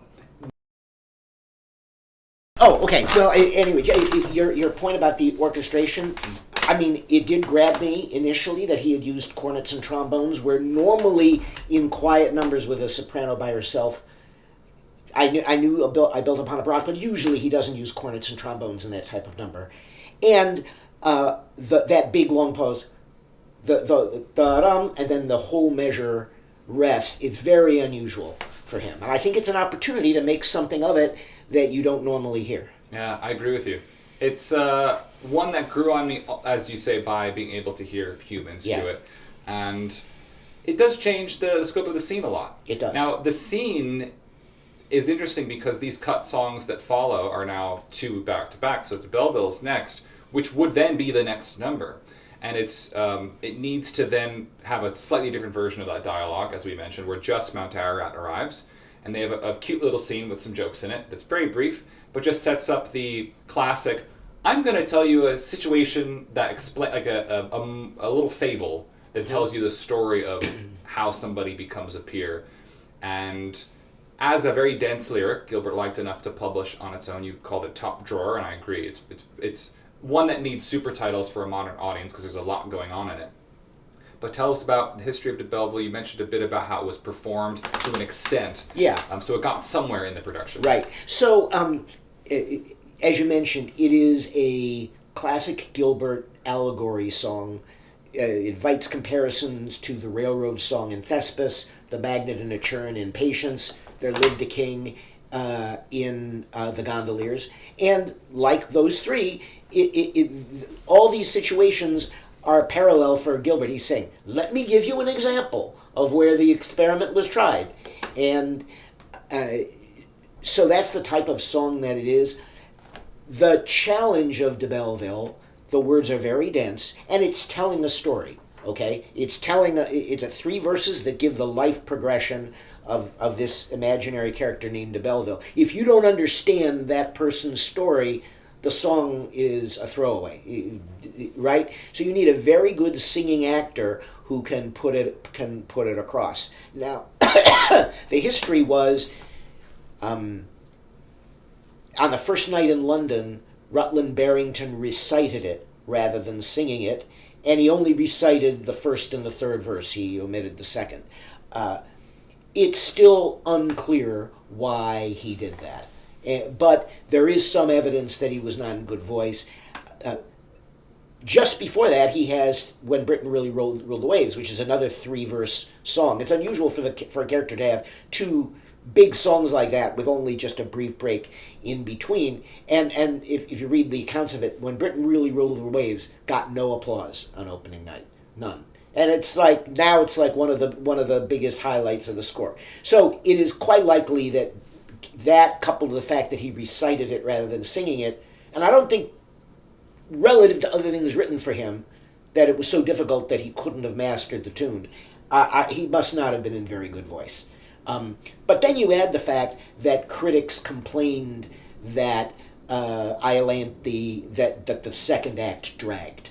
And there is some logic to that. More than most of the operas, Iolanthe is in Act 2 is a parade of characters coming on and singing about how miserable they are. In addition to that, many of Gilbert's second acts have a big highlight moment that lifts the second act. I was just thinking about this the other day because over the weekend I was at a production of The Mikado, and of course the entrance of The Mikado in the second act is a big showpiece number that elevates the second act. Redegore, you have the ghost scene. Yeoman of the Guard, you've got everyone comes in after the gunshot. Now, what can that have been? Iolanthe doesn't really have that big middle of the second act scene that picks the audience up. And so you could understand why critics felt that the second act dragged a little bit. And so you've got this big song, which Barrington apparently didn't do very well, and it's not necessary to the story. It's just this fable that it tells us, it makes a satiric point, but it's not necessary to the story. So you can see why it was a casualty after opening night. But since the score had been sent across the water for a simultaneous same-day opening in New York, de Belleville was performed with the music in New York. One of the critics compared it to Mozart, which I have to admit I don't quite get. When listening to it, whether one likes it or not, I'm not hearing a Mozartian influence there, but at least one critic thought there was. But there's no accounting for critics, as you know. But in any event, yeah, so that's why it was deleted, but Gilbert clearly knew that just the poem was one of his best lyrics, and so in the 1890s, Gilbert put out a book that combined his favorite bad ballads with his favorite lyrics from the Savoy operas, and this was one of the ones he included. There were only two he included that were not in the final version of the respective operas, and ironically, the other one was also from Iolanthe. It's a song for Private Willis called "Sleep On," and that one, unlike de Belleville, is not known to have been composed. But for some reason, those two Iolanthe songs he included in this book, which was otherwise previously published Bad Ballads and previously published Savoy Opera lyrics. So, yeah, this is a song that he wanted in the opera in some way, and from what I understand, the song wasn't Mountararat's to begin with, and it actually bounced from different characters over Gilbert's procession of what this show would actually be sculpted as. I saw a version that was assigned to the Lord Chancellor, and even a version where it may have been assigned to Strephon. I don't recall that, but I'm not disagreeing. It's just that I probably have to look that up. But yeah, it was something I read in Helga Perry's thesis. And I haven't read Helga's thesis in a while. But yeah, I mean, you read it, and it's very obviously of a piece of the kinds of satiric points Gilbert liked to make. Right. Okay? And you could see why he would come up with a song like this. And I think it is a brilliant lyric. My feeling about Sullivan's setting, I think it's good, but it isn't the most catchy tune he ever wrote, if I'm being honest. And I think you really need a very good singing actor to put it across, to make the point. If you can't put it across in a way that the audience will get that story, then you're just wasting 5 minutes of showtime for no reason.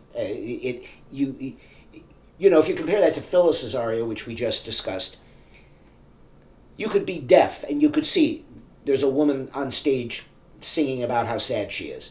I mean, there's plenty of grand opera arias in Italian and French where I wouldn't know every word, but I can see the emotion on the character's face. This is not like that.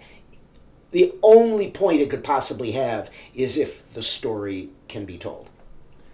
It's a tough one to put over. Yeah. It was not completely lost in a way. We had an orchestra part from it, if I recall. That's right. At about the same time that Bruce Miller and Helga Perry found Reflect My Child, they also found in the same stash a first violin part that had de Belleville in it. But from that part alone, you couldn't really... I mean, you knew what tempo it was in, what key it was in. You knew that the third verse was different than the first two, but no one could have reconstructed just from that, and no one, to my knowledge, ever attempted. No, it's too challenging. Your reduction is very interesting, and you get a lot of credit from me for what you did. That's a number where the winds take over in the refrain. Yeah. The strings just play bum, bum, bum, yes. But they've got the kind of Marshall style tune with the piccolo playing with the full wind ensemble. Bum, bum, bum, bum, bum. You mentioned it was a number without the oboe, however, which is unusual. not needing a percussionist for the other numbers, the oboe played triangle Okay. in our recording. Okay. So that allowed us to fulfill both needs at Okay. once. So, but that is an interesting kind of flavor, because it's like, well, what color would the oboe add that actually detracts from that almost military flavor that it seems to gain? It's like regal, martial. It is a march in that refrain, right. in my mind. But it's got lovely touches. It's got that trill in the strings, which led me to reconsider the fermata question. Right. To summarize it for anybody who's not either of us, because no one else has read our emails, the questions about this number have involved a fermata near the end, because as the copyist is maybe even copying it in their own way, or thinking, that the actors and the conductor know what this is. The conductor's explained this to the orchestra. The actor knows what's happening. There's a fermata in this bar. And they knew enough that it was vague that in pencil there's a little note in the manuscript that mentions like how this is done, and it was a little hard to read one of the words. So I looked at it for a while and messaged it to you, and we sort of came to the conclusion that like it stops mid-bar. Yeah. Basically the fermata is over the gap between the second eighth note and the third eighth note of a 4/8 note bar. And that would be matching where the singer's comma would be. Right. However great his merits, if his cousin hadn't died. However, it's the same orchestration as every other verse, with the slurs being where they are in the string parts. Yeah. And it's sort of, you wouldn't really put a fermata, and like you would cut the slur. The slur, they're not going to continue to play. But because the reduction was, it's very easy to be a little reduction focused when you're still learning a new piece, and to not really be thinking about the full score in the same way. And I was looking at it and realizing that for our version, I had to rewrite the reductions to not include any wind parts, if we could better use them to supplement strings. For the exigence of the project, we went for cello, piano, and then the full winds, including horns. So for that purpose, rewriting your reduction to just play the string parts was then just blum, blum, blum, but then right at the end, ya da da da da. Right. And that would then mean ya da da da da da ba da, which is just funky. And only really by going, well, I'm going to rewrite what you had, make it be the strings with that trill, which weren't in the other reduction, you really see that, no, it's one of these staggered breaks, which I mentioned to you. I've had many grand operas where that happens, where like I'll have to go, that's your fermata and that's yours. And you have to kind of explain to them, like, yeah, I know that I'm actually not going to stop on beat 2. You just stop on beat 2, because the composer won't put their fermata over the middle of a note. So you get these staggered things, and I don't really ever recall it having to happen that much in Sullivan. I mean, when I conduct these operas, there's always weird stuff that's text-based, where I have to go, okay, orchestra, third verse now, some weird stuff happens. Classic case here, where we slow down, almost major general, like some declaimed chords on downbeats, a little bit of legato playing, declaimed but downbeats again. Give space for the singer. You sent me that note that was Sullivan to Cellier? Yes. What did he say? He said, third verse, give way to singer. Super easy direction in a way, just to say that moment it's called a voce. And that's a marking one could imagine, like, in the addition, either adding in brackets or putting that note at the bottom to just give more clarity, because the copyist score, the Phyllis one didn't have a tempo marking, for example. Like, we might not consider them the complete finished version. I mean, I think for Phyllis, I added an editorial Andante Moderato.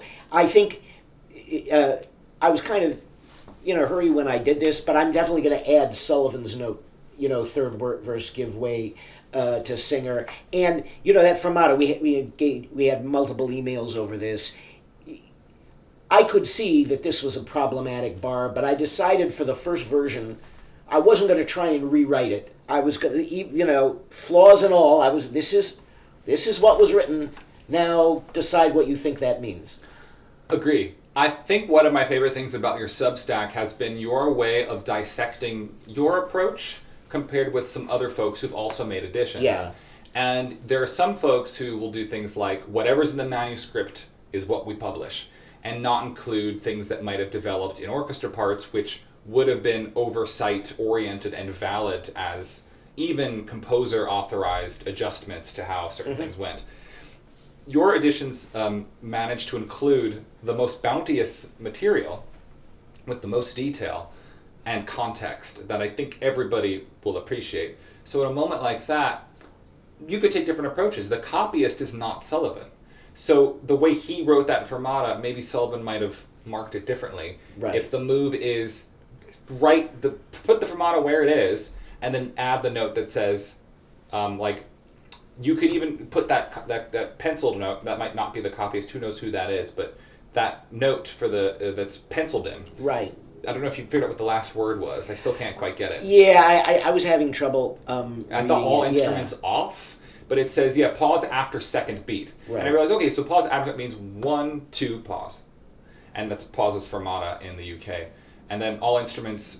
But anyway, it was much easier to coordinate. Mm-hmm. We even cut a note of the song because going into the third refrain, though I'm sure it may be said, it has 2/8 pickup.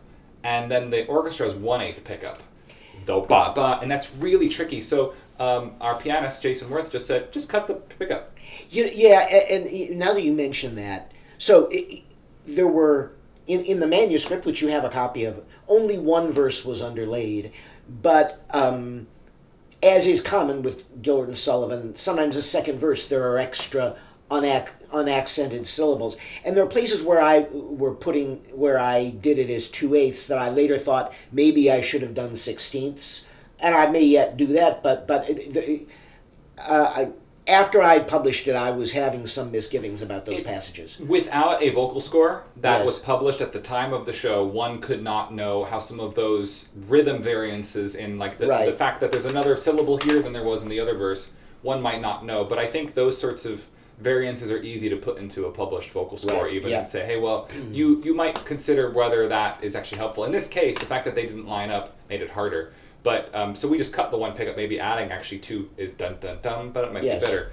But the fermata then made total sense once we realized that the orchestra, which it was so interesting, they really wanted to go da da da da da da. Just much as I did this, they wanted to slow down because but it is very unusual in that it's a sudden break on the car. Da, da, da, da, da, da. And because of the way it's set, he says merits, and the S of merits actually lands on where the trill resolves. So it's not actually like the orchestra plays for longer. It really does. It doesn't sound like. No, I totally get it. After you pointed it out, and I had a chance to think about it, it was immediately apparent to me that that's the right way to go about it. And I mean that's kind of the benefit of having these out there and having people emailing me with correction. I mean, there've been a few other people. I got probably more from you than anyone else combined, but I mean, there have been other people who said, what about that? What about that? And of course, it's been very helpful. Well, I think that the approach I have is MD focused. I think you've got some pianists and some soprano friends of both of ours that have helped a lot. So they're focused on their things probably the most. I need to pause a second. I now need eye drops. My contact was ripped. Oh. My post for my tooth came out. That's gone. And then my contact ripped. This won't deter me. I want to finish this interview. They say bad things happen in threes, so... What's the next thing? Well, I'm hoping there isn't if it's going to be like that. I don't have an eye patch. I probably ought to have this, because this eye now has no contact in it. And that one was... You're supposed to throw them out after a month, and I probably, for financial reasons, I'll probably push it. All right. So if I'm doing this... Okay, I'll know why. We know why. We like these songs. I think the crucial thing about this, if I was giving you lots of suggestions and thinking about that relationship that we've maintained, is that we both have a similar feeling and yin for this particular type of thing. I'm sure there are people to whom this discovery isn't groundbreaking, but there are other people to whom it's the most amazing thing that they've heard in ages. Things come in threes, you say. My thing in March was the discovery of 2 lost Doctor Who episodes from the 60s, which it's one of my big favorite passions, and that's from the era where they're wiping everything that's on TV. I mean, there's a doily cart Patience that we'll never be able to see that was wiped and presumed lost forever. And so to find 2 of those from 1965 was a miracle, and someone's collection that they gave to this wonderful foundation called Film is Fabulous. That was announced, and I went, that hasn't happened since 2013. And like these songs, this hasn't happened, this discovery, this type of thing, since I became a fan of Gilbert and Sullivan, if that makes sense. Yeah, no, I know what you mean. So you mentioned the last one was Reflect My Child, and even then a partial discovery. Do you remember any other, like, I would remember when I learned that we found this thing? Did anything else ring a bell? No, there's no other that rings a bell, because all the other, quote, lost songs have been out there long enough that I can't tell you exactly when I became aware of them. Different times, but in terms of a discovery of that sort, I know that somewhere along the line in the last 20 years there was a Sullivan string quartet found.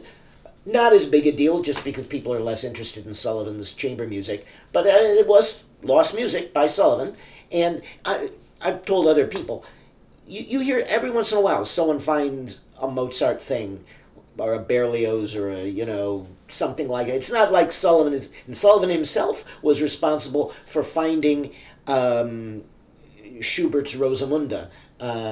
Similar thing, he found it in a cupboard somewhere, right? So these things do happen, but they're relatively rare. If it would not surprise me if I never lived to see another one. I mean, I'd love for there to be more Sullivan songs found, but realistically, the number that could possibly be out there, it's a finite number, and we don't know if they're out there. They might be, but they might not. Wow. I was going to ask you, what's left? Well, the two biggest things that we know for sure were orchestrated, other than the entirety of Thespis, there was a song for Louis and the Grand Duke called Thy Wintry Scorn. Thy Wintry Scorn, I believe it was replaced by There Was a Time. Definitely, it was performed on the first night, so we know that existed. And then Princess Zara's song, which we talked about a little earlier. Those are the two that stand out that we know for sure they were orchestrated, and that in theory they could be out there. Doesn't mean they are, it's only in theory they could be. The Aramanes song, was that set? Oh, sorry. It almost certainly was, but given that it's not in those old opera comique parts that have Lady Sengagers, I mean, there's a lot of things where they might have been that we don't really know for sure. I mean, Mabel originally had a song in an aria in Act 2 about her Norman heritage. That is in the license copy, so he certainly composed it. Whether he orchestrated it, impossible to say. And there's a bunch of others that are kind of, you don't know whether he did or not. Originally in Iolanthe, right now we have dialogue where the fairies are explaining what happened for Iolanthe to get banished. Originally there was going to be a song where they would have sung it rather than speaking it, and that Sullivan may have composed, but since it wasn't in this copy score, clearly the odds that we would find that are pretty low. It might be the sort of thing where they might have gotten as far as lead sheets, or Sullivan sketched out something for rehearsal, but perhaps not quite so far as the week of the show.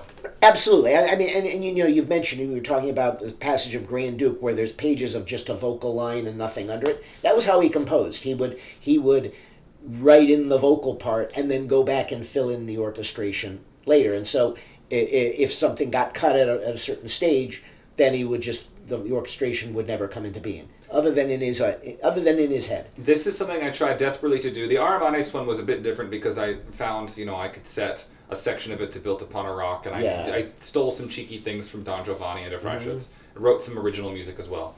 But Youth is a Boon was definitely my attempt. Oh, and then I guess the Pity Me, I was really just trying to not let my bars stick out. Right, yeah. But the, which is eventually what we used in Savoynet, was we used what Savoynet did, because we hadn't yet. We had found them. Yeah. But the, My Youth is a Boon was my first time really trying to do a top to bottom, I'm going to write the best I can, maybe something he might have done. Mm-hmm. I don't know to what extent it succeeds. The fact that might survive someday, and I can see, and again, check my homework and go, how does it sort of compare? The thing that sticks out, though, is instinctively, but also by association with him for so long, I also focus on the vocal line first, because I had to just think, how is this going to scan? Figure out the rhythm of what actually it is, and then some harmony will develop, because there's. I think if you compose a vocal line at a certain way, and I'm nowhere near a Sullivan, but I'm there enough to think that a vocal line is going to imply some kind of harmony, and if your vocal line is interesting, it's going to imply an interesting harmony. And then that kind of developed into allowing a number which, as I prefer to have lots of transitions in key, which probably brings us to the quartet. But I had one more question before we show that. I'll check my notes. Hold on. What is that? That says... Well, this was an interesting question in general, which was just, are these songs finished? And I think we can sort of say, these might not have even been the versions that these might not have even been the furthest into the project. Is that possible? Like, well, maybe in the manuscript, the ones that were ripped out of the manuscript had later changes that didn't make it into this copy? Impossible to say. They feel finished to me. That's just how I react to it. Now, I mean, we all know that Sullivan, he would occasionally make nips and tucks, delete a few bars here, things like that.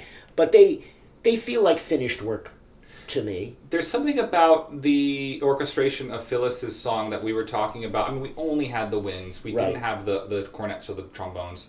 That we couldn't quite decide if the melody was overscored or not. And I also noticed the first and second violins double at that high octave with the flutes.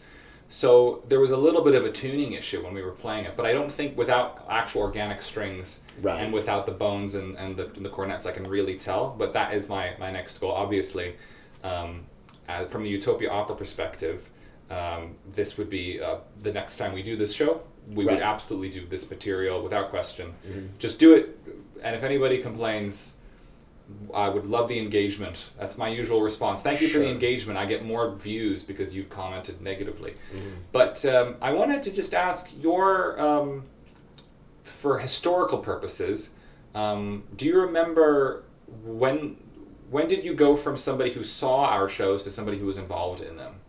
Well, so when you formed Utopia Opera, I was immediately intrigued because I'd seen you in various things. I thought this was going to be really interesting, and then I wanted to support you. And so over the years, I made it to maybe around half, maybe a little over half of the Utopia Opera productions over the years. And I always felt, and I've said this to other people too, I might not agree with every choice you make, but you're incapable of boring an audience. It's always at least interesting and provocative, and clear choices have been made, and they force you to think. And I think, frankly, Utopia Opera does miraculous things with that Lang recital hall space, which, candidly, it isn't the best place for putting on opera. I mean, you wish it had a real pit, but you wish it had real wings. But you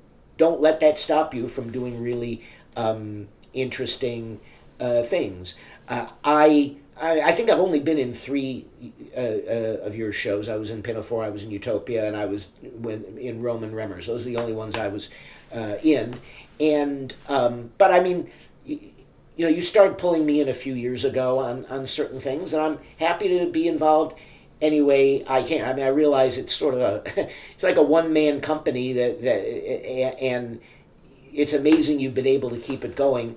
There's the old saying that opera happens because an immense number of things miraculously fail to go wrong. There's so many ways for opera to go wrong. The most complex of any art form, and it's just fascinated me what you've been able to achieve. And there have been times you put things on where I thought there's just no way he could possibly do this, and then you went and did it. And I felt that way about Ariadne auf Naxos, and then you did a great Ariadne auf Naxos, which was very enjoyable. And over the years, maybe there's only been 2 Utopia productions I can think of that I actually disliked. And for the number you've done, that's a very low number. I would agree. What were they? One was Don Quixote. I've got reasons for that I could tell somebody off camera, but it was one of those. It was hampered by elements outside of my control. Yes. That involved the preparation of the performers. I get that. Yeah, yeah. And the other, I didn't care much for Princess Ida. That's a tough one, isn't it? Mm-hmm. Yeah, that was. I remember you told me that you didn't think my making it into 2 acts worked in a way that I hoped it would. But I still keep thinking of, like, that's a tough one to do, where you're going to have the 2 intermissions takes up so much time at the venue. I know it does, and it's a plain reality. I don't know if people are watching this who aren't theater people. If you do enough shows in your life, they can't all be masterpieces. No, you're gonna have turkeys. I'm not saying those are turkeys, but whatever you want to call them. Those were. You're not gonna do show after show after show, and they're all great. It's just not possible. It's not, and I have regrets about every show I've ever done. There are very few shows that I say nothing went wrong, and like there's those miracles happen, but there's always issues. Iolanthe was our very first show 15 years ago, so obviously that's changed my thoughts on what we might do next, because I went, well, I wasn't thinking of doing it. I wanted to celebrate 15 years of the company, and these revelations are definitely pointing me in a direction towards that being something that I'm going to propose. I'd like to be able to include these and flapping wings and just make it, the widest Iolanthe possible, which made me consider, this is half a joke, what if we go back to Parola? Well, I don't recommend that, but very funny. Imagine showing up to the show. Well, tell people about Parola. Well, there was an issue of whether they could get the rights to the name Iolanthe. There was somebody who had done a similar show, and as a result, it had started as Iolanthe, and then they thought they had to change it to Parola. And of course, Parola is a different number of syllables, so sometimes they'd say, "Oh, Parola, come Parola," but it's very awkward. I mean, if you think, "Come Parola," it just doesn't flow off the tongue the way Iolanthe. It sounded like Jerry Lewis. Yeah, it's obvious that what they wanted was Iolanthe. And if you look at the copyist score or Sullivan's autograph, there's Parolas in various places depending on what the title was when he wrote out that particular passage. But it obviously, if they had been forced to do that, it would have been really an unfortunate compromise, because it's clear, it's obvious that Iolanthe. Iolanthe just fits that setting in a way that "Oh, Parola" or "Come Parola" does not. I mean, maybe that's we get that far in the show. It's only 5 minutes in, and then we punk the audience by doing Parola. Is it true that some of the performers didn't know the name would be Iolanthe until very close to the show going up? No, it's not true. The show was already being advertised as Iolanthe like a week before it opened. So I think there's mixed stories about exactly how this all went down. Yeah, there is, like in Leslie Bailey, there is the legend that they were told, like, literally the day of the show that it's changed to Iolanthe, and that's not true unless you believe that it was being advertised, but the cast didn't read the paper. We've got the paper to prove it. We got the paper to prove it. There's a lot to say for throwing things at a cast last minute, being an unreasonable story anyway. As somebody who just rehearsed and performed Mikado with different character names than what was originally written, right? To its credit, I think, and as an improvement. But there were, on our opening nights of the tour, I let out the original names during scenes where I oughtn't to have. I mean, yeah, it's very hard to get used to.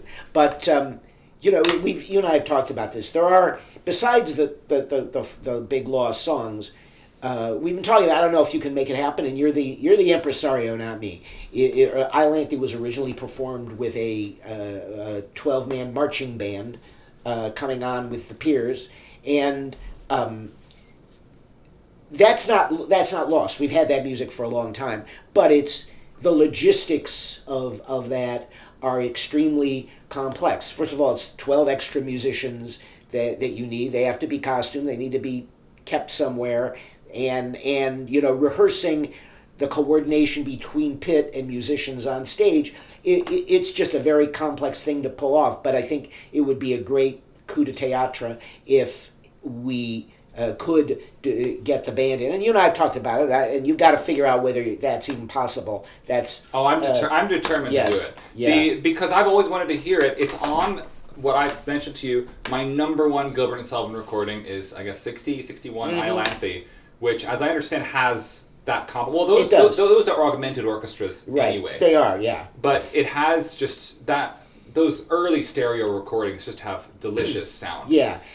And they do. The impact of March of the Peers and of the Act 1 finale, which are the two parts they play in, right? So you're only paying them for half a night. Right, that's right. They're in the March of the Peers, then the Exit of the Peers, which is a reprise of the March, and then the end of the March at the end of the Act 1 finale. That's what they're in. And in the March of the Peers especially, it's very effective because there's almost a dialogue between the pit orchestra and the marching band going back and forth. So I'm dying to see somebody doing that. And I'm currently working on Iolanthe, and I'll of course have all those parts for whoever wants to do them. And then the other thing is there are 16 extra bars in the Act 1 finale. After "To you I give my heart so rich," to which, after that section, there's a reprise where it flips, and the Peers sing, "To us she gives her heart so rich," and then she says, "I do not care." And, but, of course, with the Peers singing it, it's in a different register and it's in harmony. So I think harmonically it's very effective. I mean, you can say it is a very long Act 1 finale. They probably just felt, okay, we've made that point. It's a tough one. I read about that recently and thought about the way in which that moment is the moment of... There's these points in the Act 1 finales, which are always my favorite part, that are the moments of no return. Right. And the moment is the end of For Riches and Rank. Streffen's run off stage, and then Phyllis says, "Don't care." And it's one of those things that's great. You're in two, but it's fast. Lucky little... You get, and the fact that it's so concise, I think, is to its credit. So I would not fail to try it, however. Yeah. And say that if we're going to go for the complete parola, the complete Iolanthe, and put in as much as we can, let's do it. I mean, I even had thoughts about like that Derby Cup thing and thinking, oh, this scene is weird. Kind of like it now that I hear it in context. And going, I miss Phyllis, my darling Phyllis, my own's energy. But that's, again, I have to put myself in the mindset of let me hear something I've never heard before. And then consider, do I like this? And getting used to things like third and fourth yeoman solos, another good example. Right. And I'm not a completist, like put everything back just because we can. It has to work for a given production, and I think it's intriguing to look at. It's totally understandable why they said, all right, we can tighten this by 16 bars, and why they did it. But I've never seen it in a production, so maybe just like these songs, when you see it with human singers, you may feel differently, or may not. Who knows? I completely agree. Like I said, if you don't have the costumes, more than one performance, the whole thing, like you really will never know what it is. But I would never want to go. I never like the perspective of, oh well, the old recording is like this. Right. This is the reason why Battles Roar is Over took decades to come back into Ruddigores, because we're used to it this way now. And then now they've gotten a number here. It's like, but there should be a number there, no? I think you were telling me when you were rehearsing the Mikado last year that you experimented with the Little List song in D major, just gave it one try and said, okay, that doesn't work. Well, I think I was actually confused about where it went. So I think where we tried to put it, where we rehearsed, was wrong anyway. So, but the long and short of it was that seems to have been a good move, moving it there. That's excellent. Let me show you a little bit of what we've done. Yes, let's do that.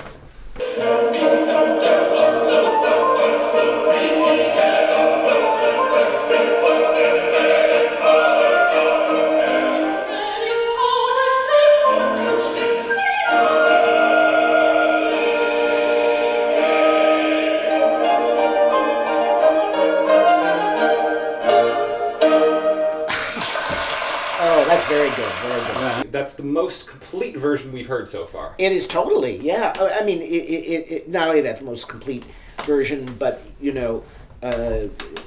different level of singers than anyone I've heard doing it so far. So no, that is wonderful, and it just reinforces my belief in the material, and with the right production and with the right singers, that it could really be very effective. And I've been thinking of what you could do with it blocking wise when you have more time for rehearsal and when you talk about the clothes from Mr. Worth, you could actually bring those clothes on stage and show them off. All kinds of things you could do.